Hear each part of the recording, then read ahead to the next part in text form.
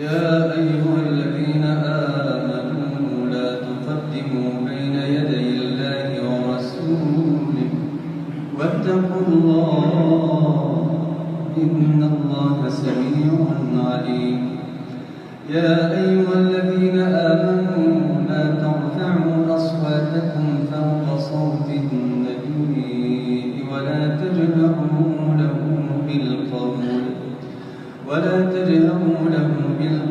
كجهر بعضكم لبعض أن تحبط أعمالكم وأنتم لا تشعرون.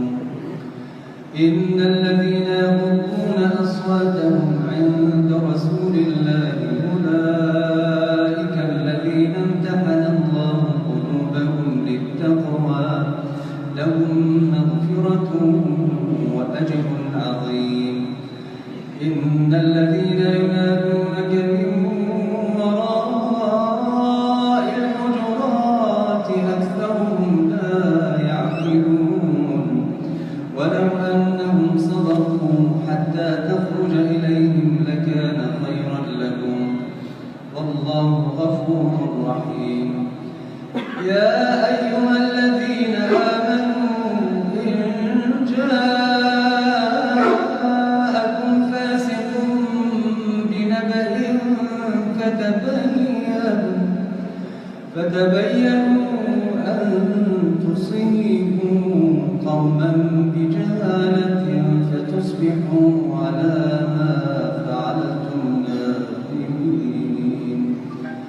واعلموا أن فيكم رسول الله لو يطيعكم في كثير من الأمر لعنتم ولكن الله حبب إليكم الإيمان وزينه في قلوبكم وكره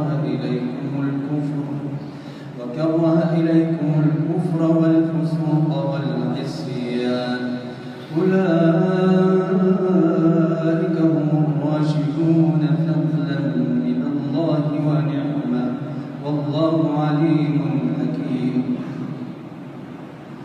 وإن طائفتان من المؤمنين اقتتلوا فأصلحوا بينهما فإن بغت إحداهما على الأخرى فقاتلوا التي تبغي حتى تفيء إلى أمر الله فإن فاءت فأصلحوا بينهما بالعدل وأقسطوا إن الله يحب المقسطين.